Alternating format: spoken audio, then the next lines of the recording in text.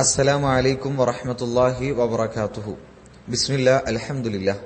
മഹാനായ ബറാ ഇബ്നു ആസിബ് റളിയല്ലാഹു അൻഹു പറയുകയാണ്, നബി സല്ലല്ലാഹു അലൈഹി വസല്ലമ നമസ്കാരത്തിൽ സമിഅ അല്ലാഹു ലിമൻ ഹമിദ എന്ന് പറയുകയും അങ്ങനെ പറഞ്ഞു കഴിഞ്ഞാൽ ലം യഹ്നി അഹദും മിന്ന ളുഹ്റഹു, സമിഅ അല്ലാഹു ലിമൻ ഹമിദ എന്ന് പറഞ്ഞ് ഇഅ്തിദാലിന്റെ നൃത്തം നിന്ന് കഴിഞ്ഞാൽ പിന്നെന്താണ്, പിന്നെ സുജൂദിലേക്കാണ് നമ്മൾ പോകുക. എന്നാൽ സ്വഹാബികൾ പറയാണ്, ലം യഹ്നി അഹദും മിന്ന ളുഹ്റഹു ഹത്താ യഖഅ നബിയ്യു സല്ലല്ലാഹു അലൈഹി വസല്ലമ സാജിദൻ.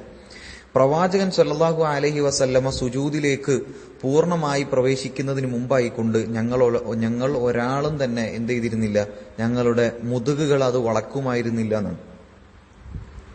ഈ ഹദീസിന്റെ ആശയം എന്തെന്നാൽ, ഇമാം നിൽക്കുന്ന മനുഷ്യൻ, ആ വ്യക്തി അവൻ പ്രവർത്തിക്കേണ്ട സുജൂദാകട്ടെ റുക്കൂ ആകട്ടെ എന്തുമാകട്ടെ, അത് ആ ഇമാമു പൂർണ്ണമായി നിർവഹിക്കുന്നതിന് മുമ്പായിക്കൊണ്ട് പിന്നിലുള്ള മഅ്മൂമിങ്ങൾ എന്ത് ചെയ്യാൻ പാടില്ല, അതിലേക്ക് കടക്കുവാൻ പാടുള്ളതല്ല എന്നുള്ളതാണ്.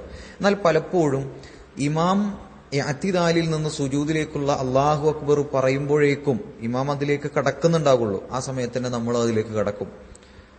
അതുപോലെ തന്നെ ഇമാം റുക്കൂഇലേക്ക് പോകുമ്പോൾ പല വിഷയങ്ങളിൽ നമ്മൾ ഇമാം അല്ലാഹു അക്ബർ എന്നുള്ള ആ അല്ലാഹു അക്ബർ പോലും പൂർണ്ണമാകുന്നതിന് മുമ്പ്, ഇമാം ആ പറയുന്ന അല്ലാഹു അക്ബർ തക്ബീർ പൂർണ്ണമാകുന്നതിന് മുമ്പ് തന്നെ നമ്മൾ എണീറ്റുകൊണ്ട് മുന്നോട്ട് വരും.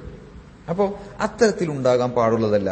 മറിച്ച് ഇമാമിന് മുമ്പായി മഅ്മൂമിങ്ങൾ ഒരു കർമ്മവും ചെയ്യേണ്ടതില്ല. ഇമാം പ്രവേശിക്കുന്നത് വരെ ആ ഒരു കർമ്മത്തിലേക്ക്, അത് സുജൂദാകട്ടെ റുക്കൂ ആകട്ടെ, അതിൽ പ്രവേശിക്കുന്നത് വരെ നമ്മൾ കാത്തു നിൽക്കേണ്ടതുണ്ട് എന്ന് ഇതിലൂടെ നമ്മളെ പഠിപ്പിക്കുകയാണ്. അത്തരത്തിൽ നമസ്കരിക്കാനുള്ള തൗഫീഖ് അല്ലാഹു നമുക്ക് ഏവർക്കും നൽകി അനുഗ്രഹിക്കുമാറാകട്ടെ. അസ്സലാമു അലൈക്കും വറഹ്മത്തുള്ളാഹി.